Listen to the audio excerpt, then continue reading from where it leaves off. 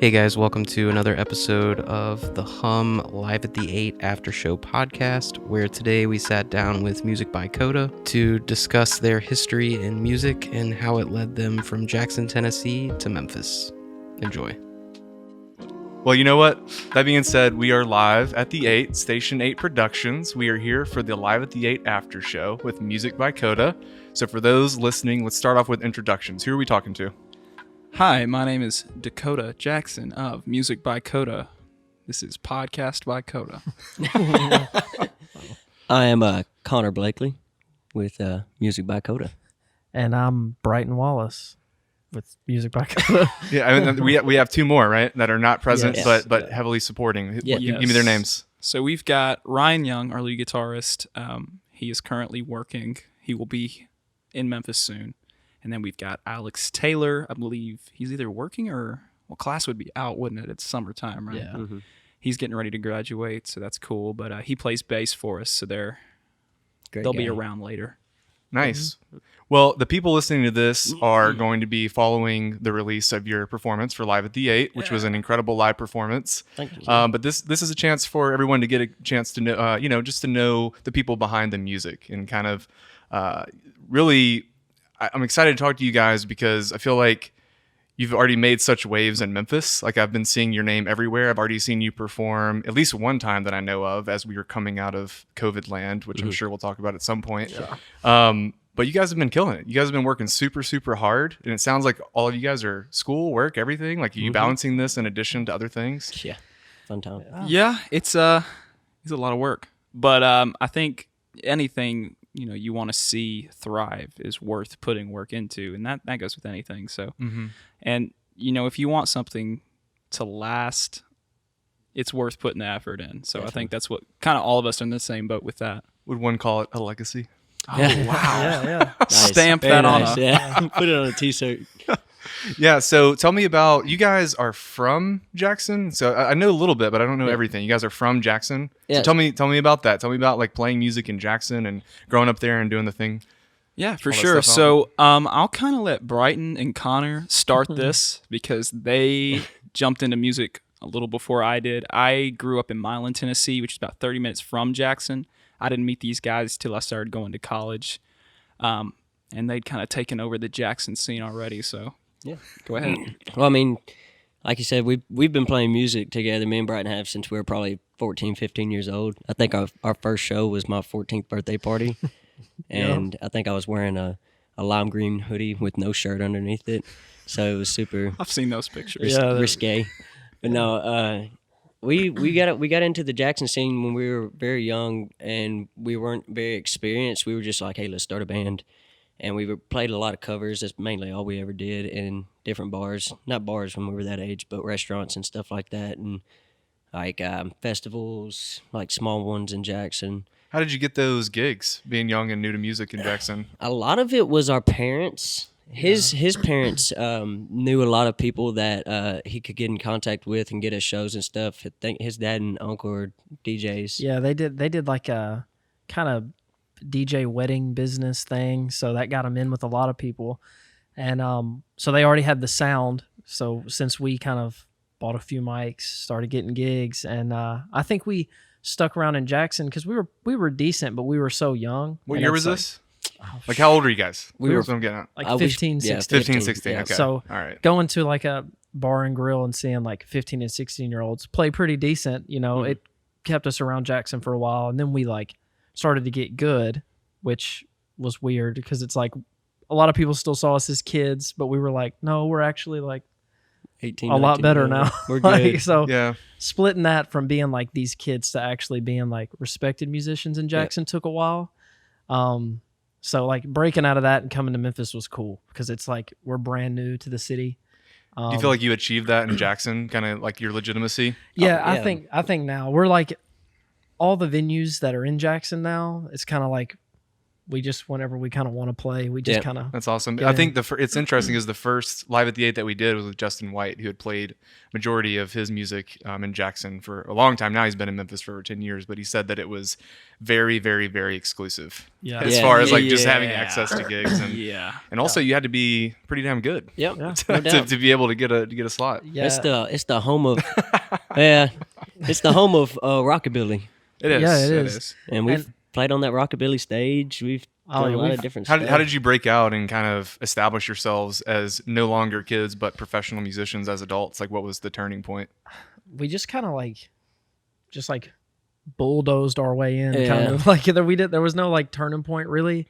It was kind of we took a break because we all kind of went to college and we all weren't This is living where I together. come in. Yeah. Yeah, So so- I was gone for about 3 years. I was Who's in the project at this time? It was me, Connor, and Ryan that are in this Okay. band. So we had some other people, but like it was just us and another guitarist. we had another and guitarist and a bassist. different bassist, yeah. And we were playing a lot, and then we all started going to college. So it was like, you know, a show here and there at the bar and grill we always played at, or if it was an event, we would, you know, go do that. But then once like college slowed down for everybody, and I went to school in Memphis, but once I came back to Jackson, at the campus that's in Jackson, I met Dakota, and he came back from school, and Ryan stayed at the campus in Jackson, so he went to college there all 4 years. So we were all kind of linked back up, and then we started hitting the cover gigs again. And once we came back after kind of a little break, I guess that's when people were like, "Oh, these guys are actually like a fun." Let me Yeah. tell the I was story. going to say, why'd you let this dude in the band? Let me tell the story of how This-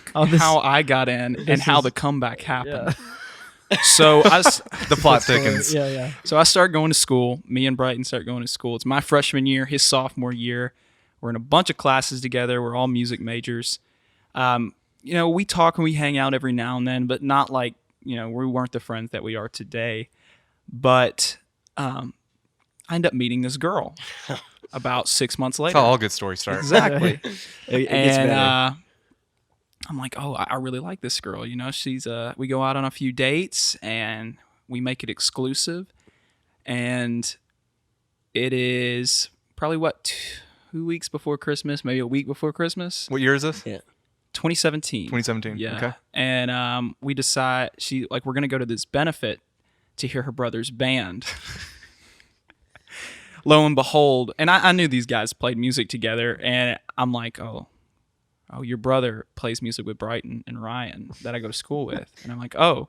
So I go and we're hanging out in this, what was it? It was a VFW. Yeah. Oh, yeah. Lord. Yeah, it was an old VFW, and we're hanging out, and their band's playing on stage, and I'm like, oh, these guys.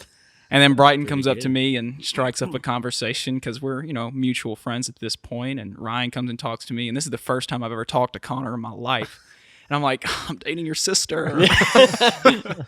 And later they're like, there's some people that come in and they start yelling, oh, we want to hear some Rocky Mountain Way. Yeah. Rocky Mountain Way. And Brighton's like, Dakota, you come and sing it. I'm like, oh. So I get up on stage and we sing it, and I'm like, you know what? Let's this start is a band. cool. This is cool. Yeah, yeah. So that was kind of this first spark, and then turn of the year, me and Brighton had gotten a lot closer. Connor, you went back to school, didn't you? Yeah, I was in Clarksville. Yeah, Connor moved back to Clarksville at this point for a little while, and me and Brighton and Ryan were at school, and I sat down with Brighton in the cafe one day, and I said, you know what we should do? You know, Beyond Blame, which is the name of their band at the time, I hate it. isn't playing I anywhere. hate that name. Isn't playing anywhere right now. Connor's not here. You know what we should do? And we both looked at each other and we're like, let's start a band. We were like, we would take over. We would take over all the Beyond Blame spots and more. Yeah. And so we get Ryan, we get our buddy Riley Hawk, who was another drummer, and we're like, we need a bassist. Who's going to play bass? And Brighton's like, I can play bass, even though he's a drummer. And we're like, but Riley plays drums. So Brighton decided he was going to play bass. So Brighton, being the okay bassist that he was, Yeah, I was not good. I mean, it was like I Mediocre knew the at best, notes, yeah. but like that's hey, that's Al, about you it. you held it down better than a lot of people. Oh yeah. You know, Only because think- I had rhythm, I think. Yeah, like, probably. Just like I was guessing on all the songs. Not my thing. And so we started practicing a lot to nail down if we can get 4 hours worth of music, we can play anywhere. So we learned the weirdest bunch of covers that first time around. Yeah. Honestly, no one knew half the songs. It was fun, but was fun. yeah, nobody knew them, and for me, it was really hard because like bass isn't my instrument. So I'm like, I knew some scales and I knew theory from school, and I had a bass, and I'm like, yeah, I could do it. But then after a few gigs, it was like, okay, like And this is fun. And we but- had to get our, we were a different dynamic. It was a different group of musicians than they had been used to. He was on bass. There was a different drummer, different guitarists. We had another guy in the band. So we had two different rhythm guitarists and then Ryan on lead. And we kind of swapped who was lead singing the song and who was playing guitar. So like one person would know half the songs and the other person would know the other half on guitar. So it was weird. Teamwork. It was Yeah, really yeah. weird. And then I don't know. And then we played a lot, practiced a lot, wrote a few original songs, and Where did the name come into play? we had Because it wasn't Beyond Blame at this point. No. we had a hard time finding a name for this band. You Yeah. want to talk So about this? yeah, Was it in the So- same era, like that the name came about, or were you guys just there playing? Like we're a band that plays here. So We were a couple names to start out yeah, with. so Beyond Blame don't was even like know the if I name of heard this this. cover band that we had since like we were 14 years old. So then we got this new band, new guys. We're like, it's hard in Jackson too because there's not many venues. So if it's like the similar group of guys, but you come up with a different name, they're kind of just gonna associate you with the other one. Mm-hmm. But we were like, no, let's do something different. If we're gonna come out with some originals, whatever the plan was. And this isn't the group of guys we have now. It's a completely different band. And we were like, we went to like the library on campus just to try to find anything. We that went could to the inspire us. library in the basement and read old, like, crazy, obscure books to try to find Trying to names. find It names. was like Deer Hunting with Jesus. Yeah. Was one of. I remember that specifically. Yeah. Nobody would guess you were from Jackson. Yeah, yeah. But we ended up with that band. We ended up. I don't even want to say it. So we were like, we have to be off the wall. We have to be edgy. And I don't. You were know- wearing a shirt, Oh yeah, I had a shirt on that said Casino Club on it. and I think. was like, that's cool. Neon Casino Club. And that's what we were for about a year. Yeah, which was on and off. We had other Yeah. names, but we went with it just because like we were like rushing everything. The process was rushed. Nothing was like solid. So We were then, good for a second. and the way that this started was Dakota came to me and he's like, I kind of want to do because he was writing a lot of Also, songs. granted, you have to remember COVID hit, right? Yeah. COVID hit, and that's what really sparked this. Yeah. So So that was 2017 to like all the way to Neon Ca- 2020 March. So, Yeah, so yeah. Neon Casino Club, actually, it really did last longer than I think. yeah, it Y'all were might have. together for a while. We did good. It was like a year and a half, Yeah. 2 years. So why was it so rushed then? Just like trying to like get a set together and play coherently for 4 hours, I 4 think, plus. I think it was like practice really hard for a few months, and then we spent a lot of time trying to like build our name, and then by then we were a cover band name, and then we're like, no, we're an original band. And so then we tried to break out of that and write original music and rush to have several songs out on Spotify. And they weren't bad. I think some of them were kind of good. Yeah, I Some mean, of them they're kind of good. garbage, but those didn't get released, luckily. Yeah. But so when COVID hit, I mean, we weren't playing gigs, and then We it was- tried the live stream thing. yeah, we did some of like the live stream. And this Did you was host, like, it, host it yourself? yeah, Yeah, and this yeah. was like between March and May of 2020. We did 3 of them. Yeah, and they turned out good. We just kind of like it was more of a premiere. It wasn't a live stream. We premiered like we set up like an iPhone with a good camera. Exactly like you guys are doing, but with an iPhone. yeah, yeah, and Yeah. So I mean, not exactly. yeah, so yeah. nothing like that. But we would just do it, and we would just like record it straight in through a board to the computer. I'd mix it down like halfway, just so we could put something out there. It didn't take a lot of time.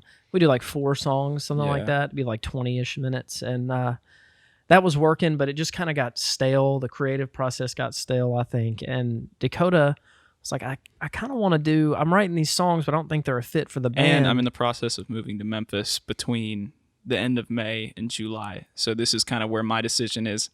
I'm like, I'm moving to Memphis. What are y'all's plans? Well, so let's rewind a little bit because Yeah. you're all music majors. Yes. Everybody? I'm not. He's the only He one. might as well be. Yeah. I know enough, but not near as much as these guys do. So but- are you guys, when did you guys finish your college experience? So Brighton graduated in 2019. So Okay. he got the full senior year Yeah. of college experience. And I was there. We were the Neon Casino Club band on campus. Dr. Tubbs, if you're listening, we did climb to the roof of the HPAC. It's on our Instagram. It's on our old Instagram. You can probably find it. Yeah. Shout out. Yeah. And so he graduated. I went through, the first semester of the fall. No one expected COVID to happen. I was like, this is my senior year. All my friends have graduated. I'm just kind of, I'm the senior. I'm going to get through it and graduate. And then here we are going into March of 2020. And everybody's like, well, guys, your senior year is going to be trashed. And you're not actually going to walk. You're going to flash on a screen. Yeah. And you're going to sit at home, and that's where you're going to graduate. And I'm like, okay. Yeah. And so that was my U of M graduation experience. But it's okay. So is why did you guys pick music majors? Like, are you really, I mean, what was the goal? Well, I mean, I know I had done it for a long time, and I had other options. Like I was going to do engineering, and I was like, well, that's boring. And then I was going to do aeronautics at MTSU, and I was like, that's still kind of boring. Like, and then I was like, I had to just had like at the end of my senior year, I was like, well, what is my like actual passion? Like, what do I really want to go learn more about?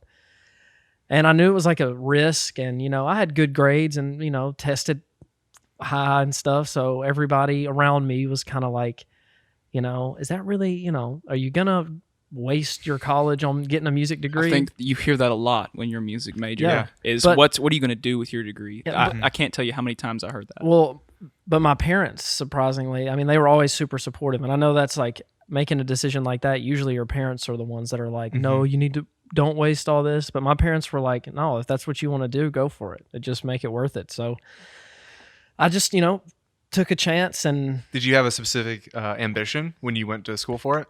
Or was it just kind of ambiguous? Like, I don't know. just It was this kind is of what I want. Yeah, it was kind of open ended because like I did the performing side, I did the live like tech side, I also did the studio side, but I liked the business side. So going in, I was like, I just want to figure out where I fit in all of this. Where will I be best at?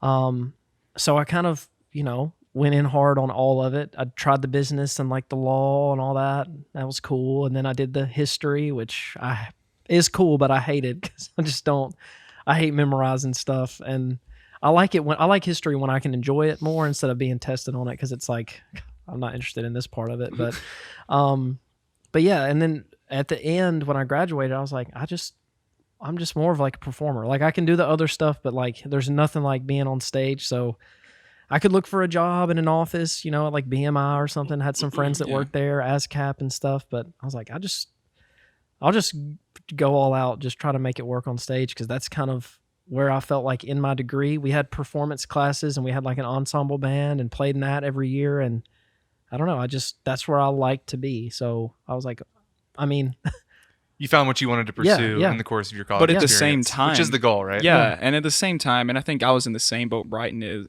was in when choosing that major. It's like, what am I going to do? Like, I want a job that I'm not going to get bored with, that I'm going to feel like I enjoy every morning, and I enjoy waking up and going and doing this every single day.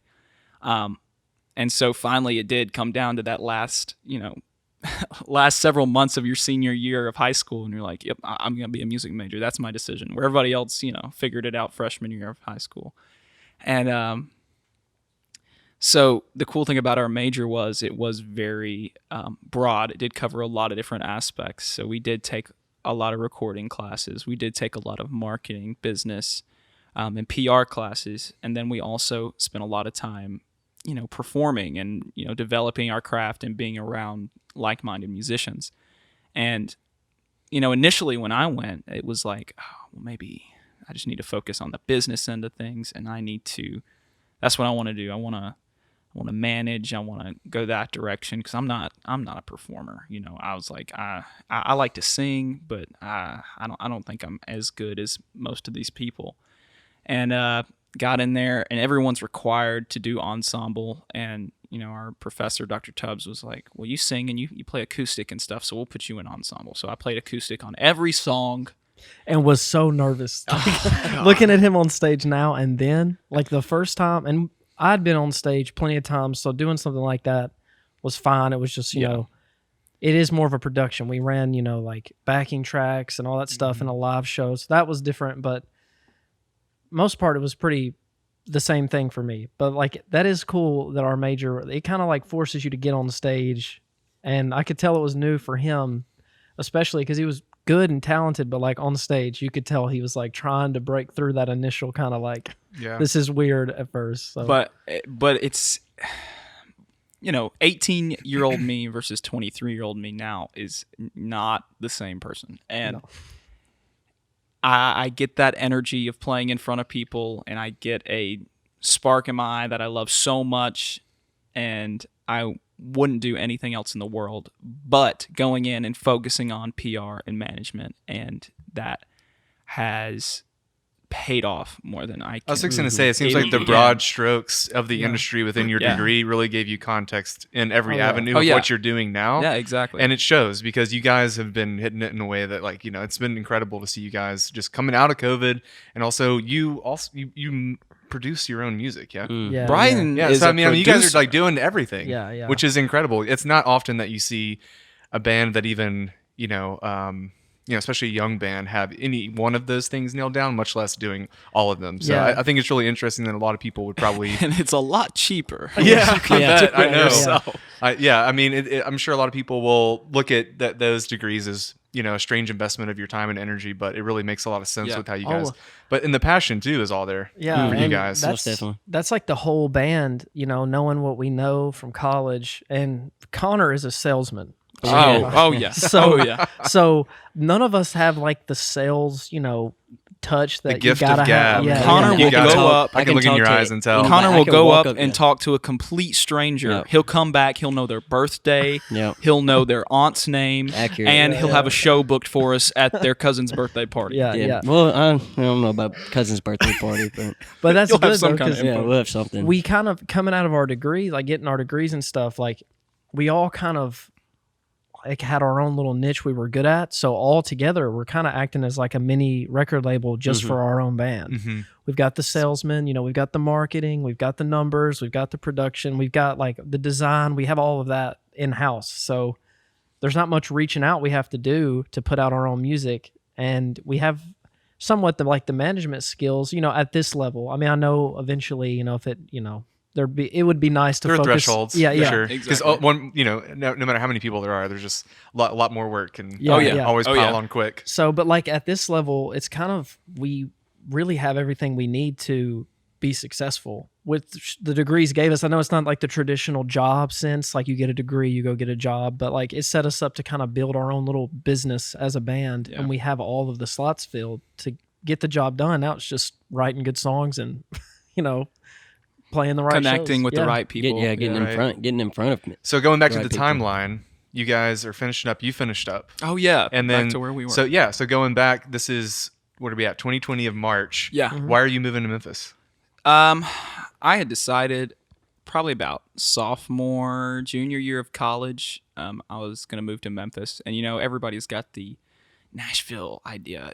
Everybody, you're doing music, you gotta go to Nashville. Even people that don't do music, you're shame. a music major, you have to move. You have to move to Nashville. You're not gonna do anything. Yeah. My opinion is, I've seen Nashville chew up and spit out so many people. And the thing is, I know so many people that have gone to Nashville to do this exact thing, and it's. I love Nashville. There's a lot of people that have that idea. Exactly. And I love Nashville. Don't get me wrong, but the amount of people that are willing to step out and do things completely free, perform for free everywhere. It's hard for a musician to make a decent living in Nashville starting out, because you have so many people there with that dream and with that idea. You can be the best musician in the world, but I mean, if if this person's, not quite as good as you, but they're willing to jump up there for free and do it all day long, they're going to pick that person over you all day long. And then Memphis, my professor, Dr. Tubbs, he lived in Memphis for 10 Yeah, like 10 or 15 years. 15 years. He taught at U of M for a little while. He played in some bands here in Memphis for a little while. And I talked to him back and forth about moving. And, he kept telling me different things about it. Our buddy Josh Shaw, a Black Hippie, he moved down here, which he's originally from Memphis, but he went to school with us in Jackson and then moved back. And I knew he was doing great things here. And I'm like, you know what? There's something different going on in Memphis. I want to see what it's about. I just have that feeling, I think I even said it in our video. It's grungier. It's different. It's dirtier, but in the best ways possible. Nashville's a lot of flash and a lot of lights and a lot of look at me, where I think Memphis is the perfect example of like grinding and getting to where you need to be. Yeah, it's a very raw and untamed energy compared to Nashville, which is really made up of a lot of people that aren't really from there. Yeah, it's like Las Vegas. Yeah. It's like everyone lives there, but there's not a lot of the culture is just simply not the same when you don't have people that are rooted in the Delta. And what I didn't expect, when moving here, obviously I was coming for those specific reasons, but moving here, I didn't expect the amount of support and community that Memphis did have, and I knew they prided themselves on that, but I didn't expect it. So how did you find coming it? in as a new when you came in? Tell me when you moved and kind of how you connected the dots. So we moved. I finally got moved into my apartment back in July of 2020, and I went to Brighton. Brighton, do you want to kind of spin this off?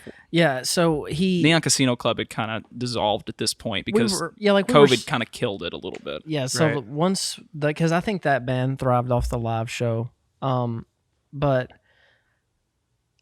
Dakota reached out to me. He was like, there's not a lot going on. I'm about to move. He's like, I kind of want to start like a little solo thing. I'm writing too many songs that I like that I don't think fit with the band. He's like, but I want your help to kind of like produce it. In the midst of COVID, the amount of songwriting that happens is crazy. So was it a good thing in terms of like just creative process? Because I've gotten very mixed reviews from different artists. I think COVID was a good pause for everybody to take a deep breath and realize what we need to focus and work on. And it's a good pause to revamp and be like, this is what wasn't working, and this is a chance to start over fresh. And for me, that's what it was anyways. And I think that's what it turned out to be for all of us too, kind of going forward. But Brighton, if you continue with that. That's why I was excited. I was like, yeah, because we can work together and have a bunch of stuff, that can come out when all this is done. And then when that started, he would send me some ideas. We'd work on them, and then we would be like, well, yeah, Ryan needs to play on all these, though, because he's just like the best guitar player we know.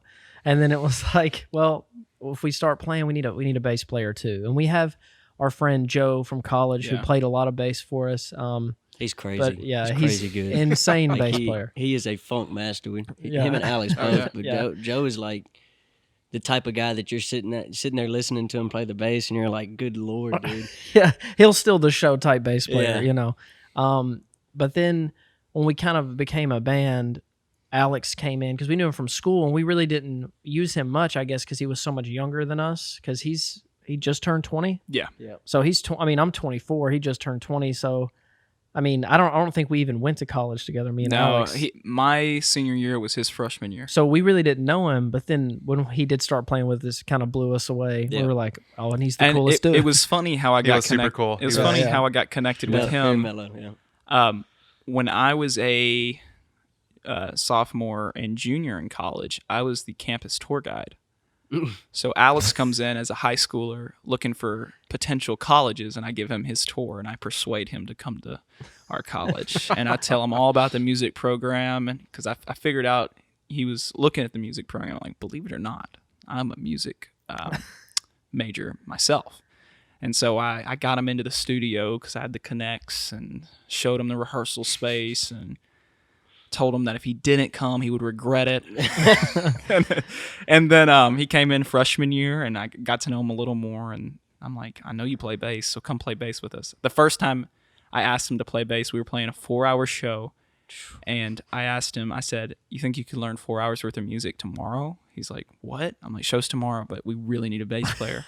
He's like, and then I sent him the set list the day of. It was kind of a terrible move on my part, but we were in a pinch, and he held it down. Yeah, killed And him. that's what made me know, I'm Well, gonna have to use Alex and later. when that was kind of starting, like, I don't think it was a decision that this group was like a band. It was still kind of on the, like, it's Dakota's solo career, but then me and him had a conversation one day. It was just like, let's just be a band. Like, we've already got this solid group of guys that are committed and, are And going you've to been playing together. Yeah, and Yeah, we've been yeah, playing together, and, they bring a lot creatively. They'll bring a lot in all kind of ways. And Dakota was like, yeah, let's just be like a band. Let's just be, Because I was using a couple different guys for bass. Believe it or not, the very first time we played somewhere, Ryan played bass. Yeah. Wow. and I gave one of my other buddies that plays electric, I'm like, yeah, you take some solos, man. And he did a great job. And I it's forgot just, about that. Yeah, it's just people being available. It's you realize the people who are dedicated and available. When they want to be there and they want to be involved and they want to work hard, they will. Alex came and held down bass one time, and this kind of goes into the community that we got into when we moved here. I reached out. So we moved here. Is it everybody? Well, No. Everybody load up in the van and like, No, I say we moved here, but as a music project, that's what I kind of refer to, I guess. But when I moved here, so you're the only one that lives here currently? yeah, Alex Alex does lives too, here, yeah. the bass Okay. player. he lived here before. Me Yeah. and him and Ryan still live in Jackson. Gotcha. But How much longer? yeah, honestly, I don't know. I've been trying to get them down here for so long. But Silence. this kind of goes into that. Kind of going We'll back. talk about it later. Yeah. Going back into the community aspect that I didn't realize would happen. The very first gig we had, which is still in the midst of COVID, it's, I think we're still in July at this point. I had just moved in, and Neon Casino Club had reached out to Growlers back before the summer started, and we had our first Memphis gig nailed down. We were going to come here in, May? Mhm. And we were going to play our first Memphis gig at Growlers with some Nashville punk band that didn't match our genre or our sound all. at all, but it was our first Memphis gig, and we were so excited about it. And I'm like, I know that Mark had sent an email to us asking about live streams. It's like, would you guys be interested in a live stream? And at the time, obviously, I didn't really know Mark or anything like that. And Shout out Mark Shrek. shout out yeah. Mark. Growlers. What a guy. guy. He was on our podcast too. You guys are that was a following great- behind. That was a great podcast. Yeah. And we got connected with that. He sent me a Facebook message later. Hi, I'm Mark. Talked to you through the Growlers email. Really excited for you guys to get connected with us. And we do our first live stream with our hodgepodge musicians that I kind of put together for my so-called solo project. And Well, because we got booked as Neon Casino Club, but after COVID hit, when we still had the opportunity, reached out changed again. the name. Yeah. That was kind of done, and this is a new thing, and so we started playing live streams as Music by KOTA, which at that point was kind of a band, but like not really sure. But I think when it turned into like this is a band, like the biggest term for us is when Connor like joined, because we'd played and he was a singer, and we'd played in other bands before. We didn't just play in the cover band. We had a original band that did an album with some friends that. Oh yeah. So Connor, when did you come back into the picture? Because you're So I don't really. Whenever they started doing the live streams, I think they did 2 or 3 live streams. Yeah. And then I wasn't really doing anything with music. Connor had moved back. Yeah, Very okay. Living in recently. Jackson. I was just working, kind of. I got laid off. Well, you weren't working. I wasn't. I got laid off due to COVID in March, and I was laid off for a little while, and Making then, good COVID money. Yeah. I was like, man, they're just handing this money out, and I'm like, I can watch so much more nice. It was baseball. nice, but I hated not doing anything all the time. So I finally got a job at Budweiser in Jackson, but before all that, Dakota and Brighton reached out to me, and they were like, Come play a "Come show play, with us. come Yeah. play." It's just a live Please. stream. There's no Yeah. people. You don't have to worry about it. And our live streams. Which I mean, I don't really. I get nervous, but Oh, no. I don't really worry about like there being a lot of people or anything. It'd have been fun if there would have been a lot of people, but it was just a chance for me to finally get to play music again because I hadn't in so long, and I'd been playing my piano a lot more during COVID, and they reached out and asked me to come play a live stream with them, and we had a blast, and then it kind of just grew from there. And once everything started opening back up, we were getting booked left and right all over the place. Look, Jackson, Memphis, grinding. yeah, it's. I've told them numerous times. It's the busiest I have ever been personally with music in my entire life. And what I think a lot of people don't realize is they're like, oh, man, you stay booked. You stay booked. And I'm like, well, you would be surprised the amount of like no response and no's that I get first. You have to get those first. Yeah. And you get the one good yes, and people hear you. You get several more no's. You get another good yes. You take it. And then that's when the gigs start rolling in. But you have to reach out to everyone. And I know that it is a lot of work, and it is a lot of sifting through and digging to find the people to reach out to. And sometimes you got to be willing to drive 3 hours, And I think starting out, you don't want to take the free gigs, but I think one every now and then starting out's okay to, kind of get your name out there. And now, we're making decent money on all our shows, and we're, staying booked 2-3 days a week at sometimes. Wow. And especially in this month. You guys came onto our radar like incredibly hard and fast. Like we were I had sat down with Mark prior to our podcast, like a while before actually. And he's like, "Oh, you got to check out Music by KOTA, like, this band I've been working with and talking to." And then I look at I'll look it up on Spotify. And I'm like, yeah, this music's really good. This is awesome. And then next thing I know, did you contact me or did I call you? I can't remember. He gave me your number. He gave me your number. You called me. Okay, yeah. So then we chat. We come in. I'm like, all right, these guys are serious. This is legitimate. And then next thing I know, you guys are like already playing a show. It was the Porch Fest. Yeah. And then we go out there, and I bring Drew along. We're like getting ready to film a music video, and I'm like, let's go see what these guys are about. Let's, like they sound good. They're presenting well. Like, let's go see if they can back it up. So just being honest, we gotta go see who we're working with. Understand. Then we go out there, and you guys kill it, and that was awesome. And then we turn around, we do the Live at the 8, and you guys come in and just do a great job with that. And it was just like everything. As soon as I heard your name, I didn't stop hearing it. Yeah. Even beyond that show, it was like, oh, this is booked now, and this is booked now. We're doing this now, and like, oh, we can't do it that week because we're booked. Like, it's like, man, these guys are just like really, really, really hustling. And hustle is, I think, like I said, moving to Memphis did inspire a lot of that hustle, because you see so many people around you that are doing the same thing. And there's opportunity here too. There's opportunity, but you have to work for it. And a lot of people, don't want to work for stuff, which is unfortunate. But if you want to see something thrive, you've got to put into it. Yeah. And we've got some other stuff planned with Live at the 8 or Station 8 later on. Yeah, coming up soon. Soon. Oh yeah. So the creative process, this was stuff that, going kind of rewinding just a little bit, you were writing, was it like pre-COVID and during COVID, or just during COVID? So I had like our very first song to release, Lucy. That was our debut single. I wrote that song during the Neon Casino Club time, and we had played that kind of off and on as that band live. But I remember we were out playing somewhere, and Brighton, being the bass player at the time, was like, "Can we just have a cool bass line in a song?"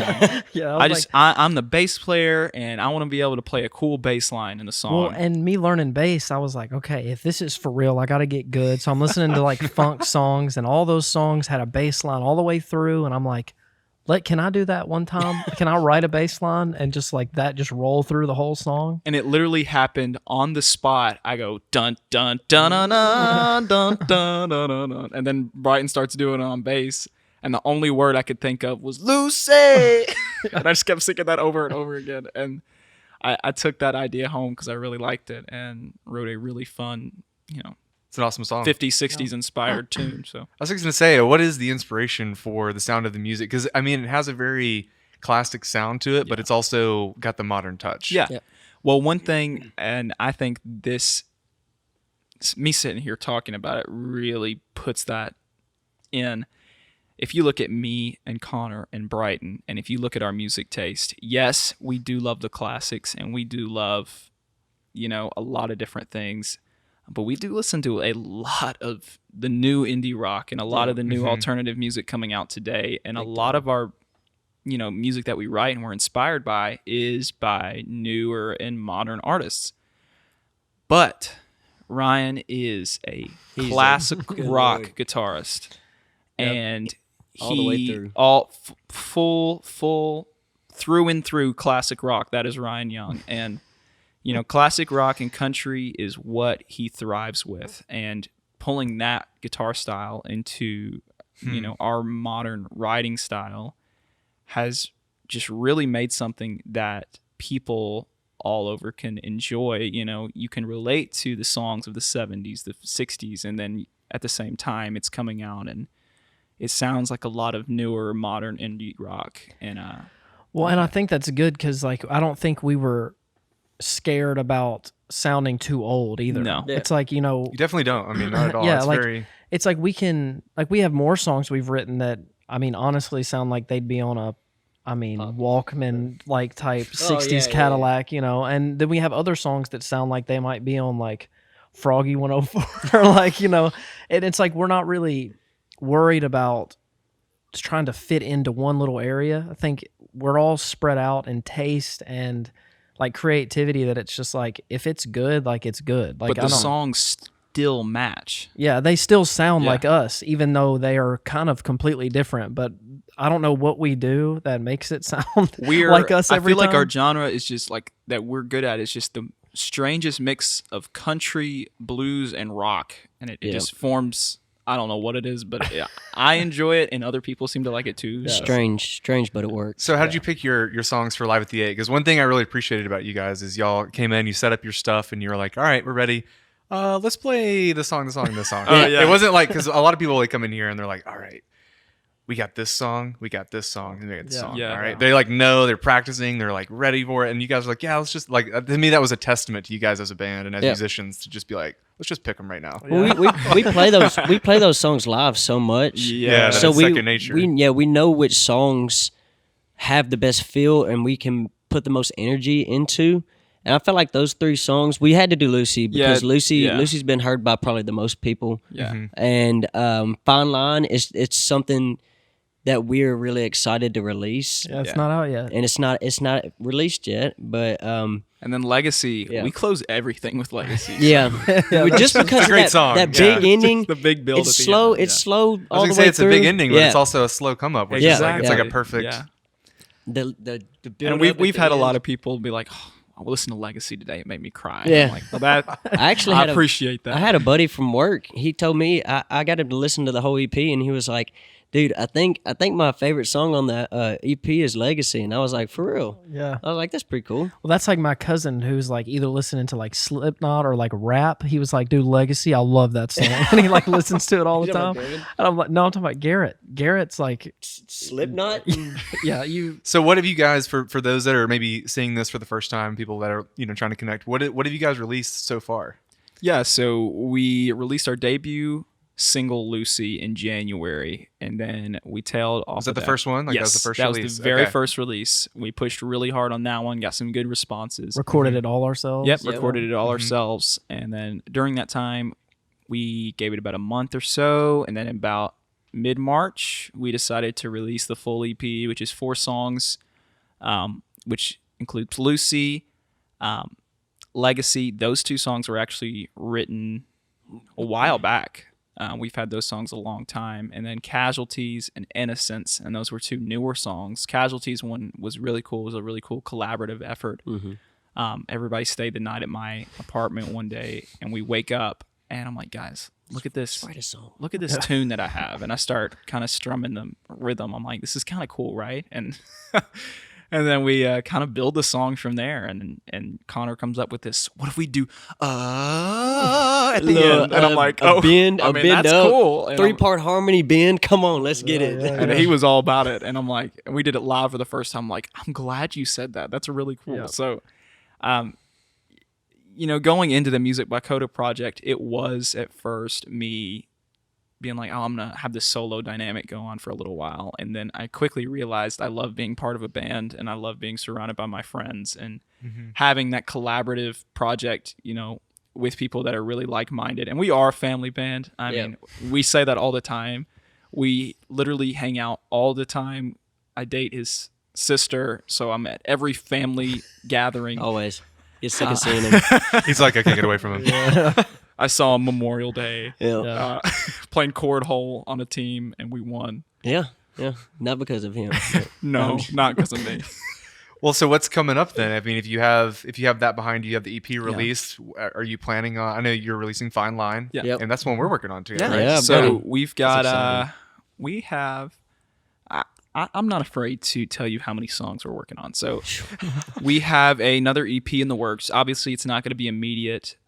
We've got a few singles lined up before the release, but we've got about 6 new songs we're planning on putting Awesome. out here at the turn of the year. So be looking out for Fine Line, obviously coming out here pretty soon. We're going to have a cool little release for that, and a nice little push on that one as our initial release. And then we've got a couple more lined up, and then the full EP drops a little later after that. Oh, and one of those singles on that EP is the most beautiful song of all time, actually. Yeah, it is. It really and is. that's the one you talking about jet planes? Yeah. Yeah, I didn't yeah. want to. I didn't Thanks want for dropping the name. Sorry. Connor. Well, I mean, whatever. That's the one that we threw the Wurlitzer Yeah, on. yeah, and we it were- was a lot of fun. Yeah, that song, it doesn't have... Wurlitzer. It doesn't have- I can never pronounce it. Right. Do you guys find like the writing process as you're going through this is kind of like evolving and changing, or is it pretty consistent? Like, does everybody kind of have like you guys have been playing together I so think- long that Well, I think it's changing because It is changing, yeah. Connor is singing lead on a lot of the new stuff, too. Because, that's right? Because I remember when I saw you at the Porch Fest, there were songs Yeah. that you just took over. Yeah. Yeah, Yeah. So like So- 2 or 3 songs. Yeah, Well, there's- Connor's an incredible vocalist, and I Thank think you. it would be absolutely ridiculous for Connor not to lead songs Yeah. We're working on one right in this now. band dynamic. So We're working on one right now, and I think a place that I could really grow is my procrastination, fixing that because Facts. and my and my He backed you up, confidence. dude. He's And- got your back. Yeah. Thanks, man. You're not wrong. No, I know I'm not because I'm talking about myself. I know, but I have a problem with sitting down and not being confident in what I'm writing, and I think about it a whole lot, and I'm like, that sounds cheesy. I don't like that, and so I think that's a place where I can grow because we're trying to finish a song where I'm singing the lead on. We got it's a really cool song, and we got the chorus and everything, and I'm struggling finding a melody and stuff and lyrics for the verses and bridges and stuff. And I don't want him to have to write all of it. He's amazing at it, but I want to be able to contribute in that way as well. So I think that's my main part. And I do tend because I have a lot of songs, and as a songwriter, I'm always kind of writing, and Yeah. I've got so many, and I'll send a voice memo here and a voice memo there, and I don't want. I know at times you guys are probably like, what does he want to do with this? Yeah. Like what is this like this is weird, or these lyrics are kind of trash, but like look, the amount of songs, if I can write 100 and one come out like Billboard top hit, Yeah. that's what I'm talking about. but I think our writing style is changing just because the dynamic of the band kind of changes from project to project. Like the first one was kind of like, it was written more from Dakota's kind of like solo career idea at first, and then we started to collab at the end. But this one's going to be more of like a lot more collaboration on it, Yeah. and then Connor's singing and he's writing more, and it's like I think it like the sound changed a little bit too, Yeah. while But in a like, good way. yeah. It's not like too far off, but it's No, definitely you'll definitely see some relatives to Lucy on the upcoming EP. Yeah. Oh yeah. We have one with a similar vibe coming up on that one. relative to Lucy. I like that. Makes a lot of sense now that you said that. That's I'm always thinking. yeah, right? yeah. Well, so I would love to get. We don't have to go super far down the road, but just like when you guys started playing music as individuals. So let's start with Connor. So I think the first time that I can remember performing in front of people was probably my 4th grade talent show, and I sang "She Will Be Loved" by Maroon 5, which is Great song. which is probably my favorite band growing up. As a kid, that's what my mom always had on the radio. It was either that or like Eminem or something like that. So like it was always something different, or Outkast or stuff like that. Like it was always something different. But Maroon 5 is the band that Old Maroon 5. Old Maroon 5. After the fourth album, I kind of cut them off, and because they just got too pop for me. They used to freaking rock, dude. They used to be so cool. But like, so about fourth grade, I sang in the talent show. I did some stuff here and there. I was the kid with the long hair that could sing. And then I think when I was about 14, maybe 15, I always grew up with a piano in the house. So I started picking that up, and I learned it by watching YouTube videos. Was there music in your family? Love YouTube. Yeah, my mom always played piano, and my grandmother played piano, and my mom kind of sang, but she was always too shy to like actually do it. But other than that, I was the first person in my family to actually take it to this level, to where I'm in a band performing all the time. And I guess that's just because I have a different personality than a lot of the people in my family. I don't really get nervous. I do get nervous, but I always overcome it, and I kind of like to show out in a way. I like to be seen in the and best heard. way possible. You were theater too. So Yeah, you had see, that. I did. You're a performer. Yeah, Yeah. definitely. It's okay. I've always been that way. I've always been able to talk to anybody in the entire world, and if I can't talk to you, then it's your fault, not mine. But Truly. yeah, honestly, but no, I picked up the piano and I was watching YouTube videos. Can't read sheet music for anything. I was watching their fingers. Then I started to pick up chords. First song I learned was "Hey There, Delilah." I was playing my keys. Tragic. But I mean, yeah, loved it though. But ever since then I've tried to get better and better at the piano. And vocals as well. I think I tell myself all the time, I think that my vocals have come a long way since obviously when I was a teenager. And it's just really cool to have a group of guys that are so supportive, and we all look to better each other. And so I think that's really cool at this point. And Connor talked about his confidence a moment ago, but one thing about Connor is he's better than he thinks he is. Yeah. So that's definitely Making me a blush. plus.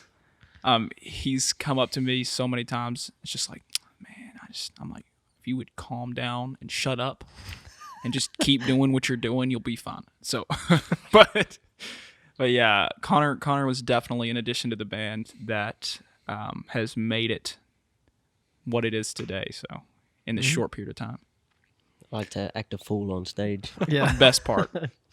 It's always fun. Well, so Brighton, I know you mentioned too, you had a breakdancing parent. Yeah. So Which I think some of the band members learned that. Yeah. I that didn't night even as well. know that. I was in there. I was like, what? So rhythm's in your blood. It's yeah, fine. yeah. So my dad, and he has a twin. So I wish I could pay Breakdancing twins. Yeah, another DJ like karaoke twins. It's just all weird. Wow. But they're like just a fun time. So I think I got a lot of like the showmanship or just like the ability to kind of step out into any kind of thing like this. I think I got that from my dad's side. But then my mom's side is very musical family. My grandmother and some of her family played like back in like the rockabilly days, like so many like Carl Perkins, like they played with him and stuff like that. And so they were all in that Jackson area, like history, like they played in that. And then my mom, like it skipped their generation a little bit. Mom played snare in high school. That was kind of it. She plays piano a little bit. But then my cousin on my mom's side played guitar, and he's a really good guitar player. And we would hang out like at this family, like musical, like they'd talk about all this stuff and they'd play together. And I just couldn't for a while. I was like, I got to learn something. So I was like, I'm going to learn the guitar. You know, he's like my role model. I'm like, I got to learn it. But I couldn't learn it fast enough to have the results I wanted. And I'm like, this is too much to learn. I was like, I need something just different. So then my dad was like, why don't you play the drums? And then, so he got me a drum set, and I was like 12 and picked that up way quicker. I think just like, I guess naturally having some kind of rhythm and then knowing music enough from my mom's side. And then I just started like putting headphones in and just playing songs I liked and just trying to listen. And then, you know, like, oh, I know that beat. That sounds easy. It's this and this and this. And then try to play it. And my dad, I'll never forget, my dad came in my room and he's like, where did you learn how to do that? It was like the second day I had my drum set. He's like, how did you learn how to do that? And I was like, well, that's just what he's doing on this song right here. He's like, well, I'm going to leave you alone and you just keep doing that. Well, okay. Yeah. So, but yeah, I mean, I still play guitar a little bit, and the bass thing we talked about earlier, they just kind of all connect. But yeah, I love drums. I just kind of dove straight into that. Brian's a unique kind of drummer. Yeah. Yeah. And I like his drumming style I don't know. very much. I have like when I got into the musical part of it, like I kind of went into like the blues. Steve Jordan was kind of like my go-to drummer, but then I was like, well, I mean, I don't want to know everything because I just don't think you can. And the more you know, then the more you find out how not good you are. So I was like, I kind of looked into the jazz stuff, and then I liked certain aspects. Like I liked the sound of jazz drums, but I just didn't really like the playing as much just because I couldn't use it for what I was doing. So like the sound of my drums and like the style I play, it's weird. Like I sit up super high. Nobody can play on my kit. They have to move everything around. I'm like, I don't know. It's just, it all ended up, because I didn't have a teacher really. I just did what felt comfortable and what I liked. And everybody was so supportive of everything I did. They were just like, if that sounds cool to you, then just roll with it. So I don't know. I'll probably judge by other drummers. I play weird. But I mean, I just stuck with it, was confident in myself enough to kind of like, okay, this is my style. Like I have these drummers I really like, and I can't do the gospel chop stuff, but I wouldn't use it. So I was like, I want to learn to be as solid as I can. I want to be like the backbone of anything I'm a part of. And I just want to I want to make people like groove more than just like, oh wow, look at the drummer just ripping it up over there. Like I want them to move their heads. Like that's my goal. And that's kind of what I use to kind of break those ceilings. Not to say he can't take a solo or yeah. do some Yeah, wild fills. Yeah, But it's really cool because me and Brighton have grown together, together, and Yeah. we both noticed it numerous times. We're like, dude, we've played music together for so long. It's crazy how significantly better we are now, which of course it comes with playing all the time. But it's really cool to like see how we started out maybe mediocre at best and then got to where we are today. Yeah, So- and building each other up in the process. Yeah, definitely. And Yeah. something so cool about that is like we'll notice it like live in the moment. Yeah. Like he'll do something I've never heard him do, but like I can tell, like, I'm like, oh, he's And been same- working on stuff. Same with him. And now it's like Dakota's jumped onto that now. It's Yeah. like we've played with him long enough now to where like we've seen him grow, and then he'll pull something out, and he's we're starting like, to okay. solo. Yeah. He used to so- not ever solo or He's- anything like that. And he's like getting to where he can really shred. So it's really cool to see Yeah. too. So Really shred. Yeah, dude. Righteous. Well, I think that's a perfect lead in. Well, yeah, so I've always been a closet singer. That's what I like to classify myself as. Going through elementary school and as young as I can remember, loved singing. I can't tell you the amount of times I've been at a live event, and I think the music's louder than me. And obviously it is, but I don't think the people around me could hear me. The amount of times people have turned around and just kind of looked at me weird because I was singing really loud and didn't think anyone else heard me. But obviously, I would never get in front of anybody. I'm like, no.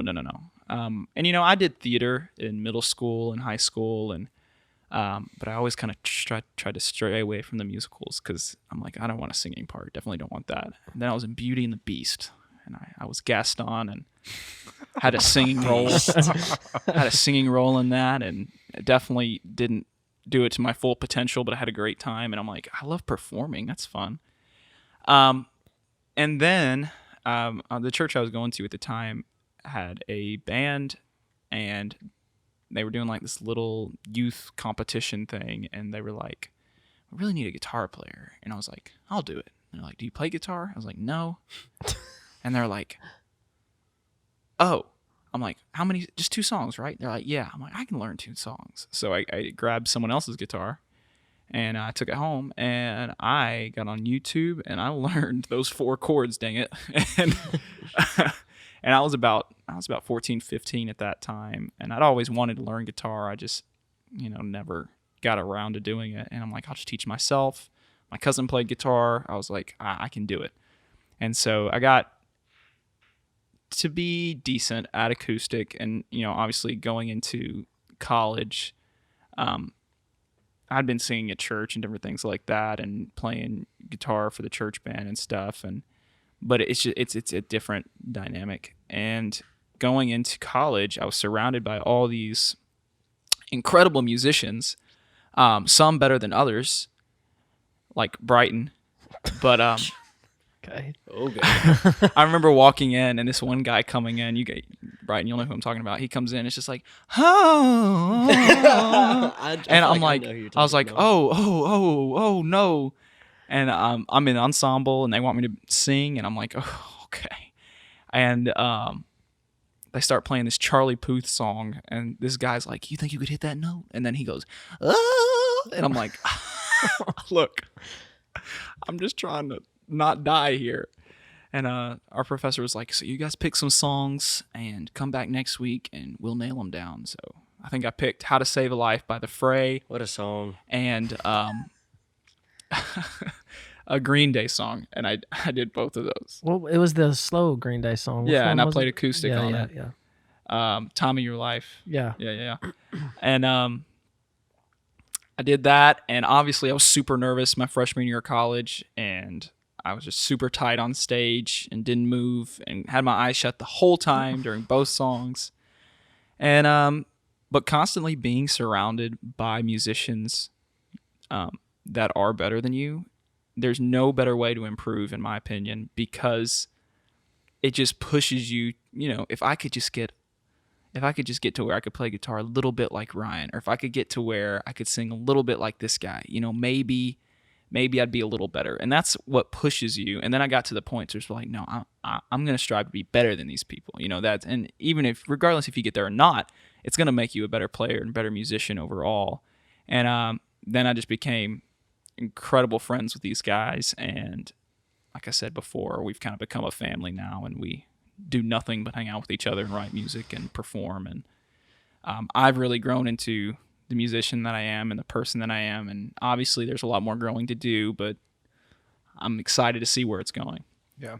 Well, listen, guys, you have an incredible story. You have an incredible background. You've already put so much time, effort, and energy into what you're doing now. It's really awesome to see it just come to fruition. And I know if it's already been this incredible coming this close to the end of COVID, and, you know, like as life is kind of coming back to normalcy, I'm really excited to see what direction you guys head from here. Yeah. I mean, just with one EP, like what an incredible amount of work already. And you already have another one in the vault, like ready to come out soon.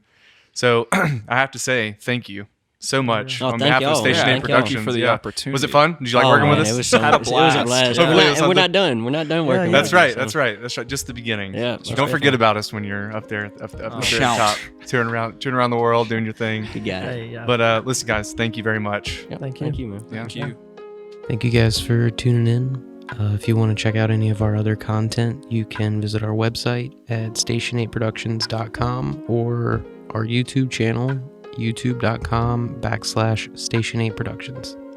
Thanks.